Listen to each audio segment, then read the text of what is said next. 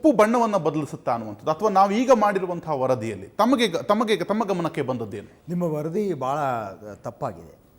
ಕಾರಣ ಇಷ್ಟೇ, ಒಂದು ಕೇಂದ್ರ ಸರ್ಕಾರ ICMR Indian council of medical research ಅವರೇ ರೆಕಮೆಂಡ್ ಮಾಡಿದ ಹಾಗೆ ಇದು ಇಂಪ್ಲಿಮೆಂಟ್ ಆಗ್ತಾ ಇರೋದಿಲ್ಲ. ICMR ಅವರು 2012 ICDS ಮೂಲಕ, ಮಿಡ್ ಡೇ ಮೀಲ್ ಮೂಲಕ, ಫುಡ್ ಸೆಕ್ಯೂರಿಟಿ ಆ್ಯಕ್ಟ್ ಅಲ್ಲಿ ಕೂಡ ನಾವು ಡಬಲ್ ಫಾರ್ಟಿಫೈಡ್ ಸಾಲ್ಟನ್ನು ಕೊಡಬೇಕು. ಡಬಲ್ ಫಾರ್ಟಿಫಿಕೇಷನ್ ಅಂದರೆ ಏನು? ಮೊದಲು ಅಯೋಡಿನ್ ಹಾಕ್ತಾ ಇದ್ವಿ, ಆ ಅಯೋಡಿನ್ ಜೊತೆಯಲ್ಲಿ ಇನ್ನೂ ಒಂದು ಪೌಷ್ಟಿಕಾಂಶವನ್ನು ಸೇರಿಸಿ ಉಪ್ಪಿನ ಮೂಲಕ ಕೊಟ್ಟಾಗ, ಉಪ್ಪನ್ನು ಯಾರು ಉಪ್ಪಿನ ಮೂಲಕ ಸೇವನೆ ಮಾಡುವಾಗ ಒಂದು ಒಳ್ಳೆಯದೇನು ಅಂತ ಹೇಳಿದರೆ, ಅದರಲ್ಲಿ ಎಕ್ಸಸ್ ಮಾತ್ರೆ ನುಂಗ್ದಂಗಲ್ಲ. ಮಾತ್ರೆ ನುಂಗುವಾಗ ಹೆಚ್ಚು ಕಡಿಮೆ ಎಲ್ಲ ಒಂದು ನುಂಗಕ್ಕೆ 2 ನುಂಗಿಬಿಟ್ಟು, ಅಥವಾ ಏನಾದರೂ ಒಂದು ಸ್ವೀಟ್ ಆಗಿ ಇನ್ನೊಂದೇನೋ ಒಂದು ಪೌಡ್ರ್ ಮಾಡಿಕೊಟ್ಟು ಐರನ್ ಅದನ್ನು ಹೆಚ್ಚು ತೊಗೊಂಡ್ರೆ ಟಾಕ್ಸಿಸಿಟಿ ಆಗೋ ಚಾನ್ಸ್ ಇದೆ. ಉಪ್ಪು ರುಚಿಯಲ್ಲೇ ನಿಮಗೆ ಉಪ್ಪು ರುಚಿಯಲ್ಲೇ ನಿಮ್ಮನ್ನು ಕಂಟ್ರೋಲ್ ಮಾಡುತ್ತೆ. ನೀವು ಕಂಟ್ರೋಲ್ ಮಾಡಲ್ಲ, ಉಪ್ಪೇ ಕಂಟ್ರೋಲ್ ಮಾಡುತ್ತೆ. ಯಾಕಂದ್ರೆ ಜಾಸ್ತಿ ಉಪ್ಪು ಆದರೂ ಇದು ಉಪ್ಪು ಜಾಸ್ತಿ ಬೇಡ ಅಂತ ತಿನ್ನಕ್ಕಾಗಲ್ಲ. ಅನ್ನಕ್ಕೆ ಸಾರಿಗೆ ಇವತ್ತು ಉಪ್ಪು ಜಾಸ್ತಿ ಆಗಿದೆ ನಾವೇ ಕಂಪ್ಲೇಂಟ್ ಮಾಡ್ತೀವಿ, ಉಪ್ಪು ಜಾಸ್ತಿ ಆಗಿದೆ ಅಂತ ಹೇಳ್ಬಿಟ್ಟು ತಿನ್ನಲ್ಲ ನಾವು. ಹಾಗಾಗಿ ಆ ಉಪ್ಪಿನ ರುಚಿಯ ಮಟ್ಟಕ್ಕೆ ನಾವು ತಗೊಂಡಾಗ ಈ ಎರಡೂ ಪೌಷ್ಟಿಕಾಂಶಗಳನ್ನು ನಾವು ಸೇರಿಸ್ಬೋದು. ಕಬ್ಬಿಣದ ಕೊರತೆ, ಐರನ್ ಡೆಫಿಷಿಯನ್ಸಿ ಅನಿಮಿಯಾ ಅಂತ ನಾವೇನು ಹೇಳ್ತೀವಿ, ನಮಗೆ ಹೋದ survey, national family health survey 4 NFHS 4 ಅಂತ ಹೇಳ್ಬಿಟ್ಟು ಈಗ ಒಂದು 6 ತಿಂಗಳು ಮೊದಲು ಪಬ್ಲಿಷ್ ಆಯಿತು. ಅದರ ಪ್ರಕಾರ 5 ವರ್ಷದ ಮಕ್ಕಳಲ್ಲಿ 70% ಅನಿಮಿಯಾ ಇದೆ. ಆಮೇಲೆ 40% ಮೇಲೆ ಅನಿಮಿಯಾ ಇದ್ದರೆ, ರಕ್ತಹೀನತೆ ಇದ್ದರೆ, ಅದನ್ನು ವಿಶ್ವ ಆರೋಗ್ಯ ಸಂಸ್ಥೆ ಎಪಿಡೆಮಿಕ್ ಪ್ರಪೋರ್ಷನ್ ಅಂತ ಹೇಳ್ತದೆ. ಬಹಳ ದೊಡ್ಡ ಒಂದು ಸಮಾಜಕ್ಕೆ ಒಂದು ಘಾತಕವಾಗ್ತಕ್ಕಂಥ ವಿಚಾರ ಅಂತ ಹೇಳ್ತಾರೆ. ನೀವು ಯುರೋಪ್ ರಾಷ್ಟ್ರಗಳಲ್ಲಿ ನೋಡಿದರೆ, ಸ್ಕ್ಯಾಂಡಿನೇವಿಯನ್ ಕಂಟ್ರೀಸು, ಅಮೆರಿಕ, ಇಲ್ಲೆಲ್ಲಿಯೂ 10-12% ಮೇಲೆ ಅನಿಮಿಯಾ ಇಲ್ಲ. ನಮ್ಮಲ್ಲಿ ಸುಮಾರು 50% ಅನಿಮಿಯಾ, ಮಕ್ಕಳಲ್ಲಿ 70% ಅನಿಮಿಯಾ. ರಕ್ತಹೀನತೆ ಇದ್ದರೆ ನಿಮಗೆ ಇನ್ಫೆಕ್ಷನ್ ಬೇಗ ಆಗ್ತದೆ, ಡಾಕ್ಟರ್ಗೆ ಆಮೇಲೆ ಅವ್ರು ಹೇಳ್ಬೋದು. ಆಮೇಲೆ ಫೆಟೀಗ್ ಬರ್ತದೆ, ಕ್ಲಾಸಲ್ಲಿ ಕೂತ್ರೆ ಅಟೆನ್ಷನ್ ಕೊಡೋಕ್ಕಾಗಲ್ಲ ನಿಮಗೆ, you will be very fatigued. So iron ನಮ್ಮ ರಕ್ತಹೀನ ಐರನ್ ಡೆಫಿಷಿಯನ್ಸಿ ಅಂದರೆ ಹಿಮೋಗ್ಲೋಬಿನ್ ಕಮ್ಮಿ ಇರುತ್ತೆ. ಹಿಮೋಗ್ಲೋಬಿನ್ 11ಗಿಂತ ಕಮ್ಮಿ ಇರತಕ್ಕಂಥವರು ಕೂಡ ನಮ್ಮಲ್ಲಿ ತುಂಬ ಹೆಚ್ಚು ಪರ್ಸೆಂಟೇಜು ಮಕ್ಕಳು ಮತ್ತು ಮಹಿಳೆಯರು ಇರ್ತಕ್ಕಂಥದ್ದು. ಹಾಗಾಗಿ ಇದಕ್ಕೆ ಇವು ಎರಡೂ ಪೌಷ್ಟಿಕಾಂಶಗಳನ್ನು ಕೇಂದ್ರ ಸರ್ಕಾರ, ICMR ಎಲ್ಲವೂ ಸೇರಿ ಮಾಡಿರ್ತಕ್ಕಂಥದ್ದು ಒಂದು ಒಳ್ಳೆಯ ಕಾರ್ಯಕ್ರಮ. ಆಮೇಲೆ ಇನ್ನೊಂದು, ಅದರ ಪ್ರಕಾರವಾಗಿ ಫುಡ್ ಸೇಫ್ಟಿ ಆ್ಯಕ್ಟಲ್ಲಿ, food safety and standards authority of India FSSAI ಅವ್ರು ಏನು ಹೇಳ್ತಾರೆ ಅಂದರೆ, ಸಾಲ್ಟಿನ ಡೆಫಿನೇಷನಲ್ಲಿ ಹೇಳ್ತಾರೆ, ಅದು ವೈಟ್ ಆಗಿರ್ಬೋದು, ಗ್ರೇ ಆಗಿರ್ಬೋದು, ಬ್ಲೂ ಆಗಿರ್ಬೋದು, ಈ ರೀತಿಯಾಗಿ. ಯಾಕಂದರೆ ಈ ಫಾರ್ಟಿಫಿಕೇಷನ್ನ ಅಲೋ ಮಾಡಿರೋದ್ರಿಂದ ಸಾಲ್ಟ್ ಡೆಫಿನೇಷನ್ನೇ ಬದಲಾಗಿದೆ. ಆದರೆ ಜನಸಾಮಾನ್ಯರಲ್ಲಿ ಏನಾಗಿದೆ, ಮತ್ತೆ ಅಲ್ಲಿ ಅವರು ಏನು ಸಾಲ್ಟ್ ಹಾಕೋದು ತೋರಿಸ್ದೆ, ಅವ್ರಿಗೆ ಹುಯ್ತಾ ಇದ್ದಾರೆ ಸಾಲ್ಟನ್ನು. ಉಪ್ಪನ್ನ ಹೀಗೆ ಯಾರು ಹುಯ್ಯೋದಿಲ್ಲ, ಉಪ್ಪನ್ನ ಒಂದು ಚಿಟಿಕೆಯಲ್ಲಿ ಹಾಕುವಂಥದ್ದು. ಚಿಟಿಕೆಯಲ್ಲಿ ಹಾಕಿರಿ ಹಸಿರು ಬರುತ್ತೆ ಅಂತ ಹೇಳ, ಏನು ಅದು ಬ್ಲೂ ಕಲರ್ ಬರುತ್ತೆ ಅಂದ್ರೆ ಉಪ್ಪು ಬಿಳಿ ಬಣ್ಣದ್ದೇ ಆಗಿರಬೇಕು ಅಂತಿಲ್ಲ.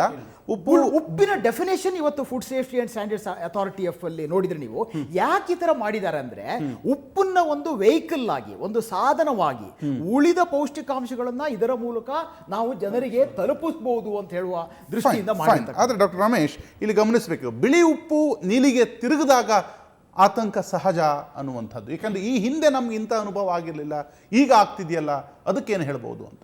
ಖಂಡಿತ. ಬೇಸಿಕಲಿ ಯಾವುದೇ ಉಪ್ಪು, ಇವಾಗ ನಾವು ಸೀ ಸಾಲ್ಟ್ ಅಂತ ಹೇಳ್ತೀವಿ, ಕಲ್ಲುಪ್ಪು ಯಾವ್ದು ಯೂಸ್ ಮಾಡ್ತೀವೋ ಅದು we get in different colours. ಅದು ರಘು ಸರ್ ಹೇಳಿದಾಗೆ ಫೋರ್ಟಿಫೈಡ್ ಮಾಡಿದಾಗ ಕಲರ್ ವೇರಿಯೇಷನ್ಸ್, ಪ್ರಿಸರ್ವೇಟಿವ್ಸ್ ಆ್ಯಡ್ ಮಾಡಿದಾಗ ಕಲರ್ ವೇರಿಯೇಷನ್ಸ್ ಬರೋದು ಸಹಜ. Like sugars also it becomes transparent, I mean clear cut white material ಆಗುತ್ತೆ. So sugar has been done like that only. And to supplement the needs, basically thyroid ಅಂತ ಒಂದು problem ಜಾಸ್ತಿ ಜನರಲ್ಲಿ ಕಾಣಿಸಿದಾಗ we started adding up iron to that as a supplement. ಇದು more of hilly ರೀಜನಲ್ಲಿ ಕಂಡಂಥ problems. ಅದು ಥ್ರೂಔಟ್ ಇಂಡಿಯಾ ಸರ್ ಹೇಳಿದಾಗ ಫುಡ್ ಇವರಿಂದ ಅಥವಾ WHO ಇಂದ ಡಿಕ್ಲೇರ್ ಮಾಡಿದಾಗ they want to supplement as a food additives. So they added up iron into that.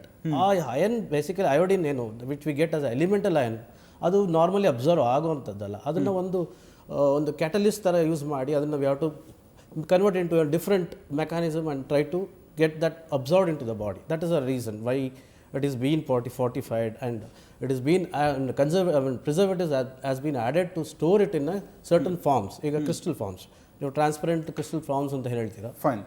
So ಈ ಎಲ್ಲ ಅಂಶಗಳನ್ನು ಅದಕ್ಕೆ ಹಾಕುವಾಗ ಈ ರೀತಿಯ ಒಂದು Colour ಬದಲಾವಣೆ ಅಂದ್ರೆ ಆಗೋ ಸಾಧ್ಯತೆ ಅವಿನ್ ಈ ಒಂದು ಬದಲಾವಣೆ ಮೊದಲಿಂದನೂ ಇತ್ತು, ಅದು ಗಮನಕ್ಕೆ ಬಂದಿರಲಿಲ್ಲ, ಆದರೆ ಈಗ ಗಮನಕ್ಕೆ ಬಂದು ಅದು ಸುದ್ದಿ ಆಯಿತು ಅಷ್ಟೇ ಅಂತ ನಾವು ತಿಳ್ಕೊಬಹುದಾ, ಅಥವಾ ಅನ್ನಭಾಗ್ಯ ವಿಭಾಗದಲ್ಲಿ ಕೊಟ್ಟಂತ ಉಪ್ಪಿನಲ್ಲಿಯೇ ದೋಷ ಇದೆ ಅನ್ನುವಂಥದ್ದು ತಮ್ಮ ವಾದ? ಈಗ ಕಂಡು ಬಂದಿರೋದು ಅನ್ನಭಾಗ್ಯ ಯೋಜನೆಯಲ್ಲಿ ಬಂದಿರೋಂತಹ ಯೋಜನೆಯಲ್ಲೇ ಇದು ಫಾಲ್ಟ್ ನಮಗೆ ಕಾಣ್ ಬರ್ತಾ ಇರೋದು.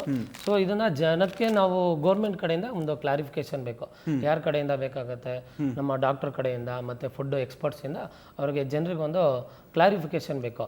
ನಾವು ಮುಂಚಿಂದ ನಾನಾಗ್ಲಿ ನೀವಾಗ್ಲಿ ನೋಡಿರೋದೇನು ಅಂತಂದ್ರೆ ಉಪ್ಪು ಬಿಳಿ ಬಣ್ಣದಲ್ಲಿದೆ ಅಂತ ಗೊತ್ತು. ಕಲರ್ ಚೇಂಜ್ ಆಗಿರೋದು ನಾನಾಗ್ಲಿ ನೀವಾಗ್ಲಿ ಇದುವರೆಗಾಗಿ ಸಾಮಾನ್ಯ ಜನರು ನೋಡಿಲ್ಲ.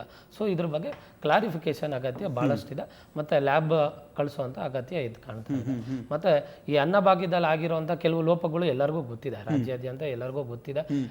ದೊಡ್ಡ ಯೋಜನೆ ತರುವಾಗ ಇರುವಂಥ ಇಂಟ್ರೆಸ್ಟ್ ಏನಿದೆ ಅದನ್ನ ಕಾರ್ಯಗತ ಮಾಡೋದ್ರಲ್ಲಿ, ಅನುಷ್ಠಾನಕ್ಕೆ ತರೋದ್ರಲ್ಲಿ ಲೋಪಗಳು ಭಾಳಷ್ಟು ಆಗಿದೆ ರಾಜ್ಯದಲ್ಲಿ. ಸೊ ನಾನು ಹೇಳೋದು ಅದೇ ರೀತಿ ಏನಾದರೂ ಲೋಪ ಆಗಿದ್ರೆ ಇದನ್ನ ಸಾಧ್ಯ ಇದು ಅನ್ನಭಾಗ್ಯ ಉಪ್ಪಿನಲ್ಲಿ ಕಂಡು ಬಂದಿರುವಂತದ್ದಾಗಿದ್ದರಿಂದ ಈ ಹಿಂದೆ ಸರ್ಕಾರ ಭಾಗ್ಯದ ರೂಪದಲ್ಲಿ ಕರುಣಿಸಿದ ಅದೆಷ್ಟೋ ಪ್ರಾಡಕ್ಟ್ಗಳು ತನ್ನ ಗುಣಮಟ್ಟವನ್ನು ಕಳೆದುಕೊಂಡಂತಹ ಉದಾಹರಣೆ ಖಂಡಿತವಾಗಿಯೂ ಇದೆ. ಹಾಗಾಗಿ ಈ ಉಪ್ಪನ್ನು ತ್ವರಿತವಾಗಿ ಒಂದು ಲ್ಯಾಬ್ಗೆ ಕಳಿಸಬೇಕು ಮತ್ತು ಒಂದು ಸ್ಪಷ್ಟೀಕರಣ ಆಹಾರ ಇಲಾಖೆಯಿಂದ ಸಿಗಬೇಕು ಅಂತ ಈಗಾಗಲೇ ಖಾದರ್ ಮಾತಾಡಿದ್ದಾರೆ. ಅವರು ಮಾತಾಡಿದ್ದನ್ನು ಕೂಡ ನಾವು ಮುಂದಿನ ಹಂತದಲ್ಲಿ ಕೇಳ್ತೇವೆ. ಮತ್ತು ಸಾರ್ವಜನಿಕರಿಗೆ ಏನಾದ್ರು ಆತಂಕ ಇದ್ದರೆ ಕರೆ ಮಾಡಬಹುದು, ತಜ್ಞರಿದ್ದಾರೆ ನಿಮಗೆ ಉತ್ತರವನ್ನು ಕೊಡ್ತಾರೆ.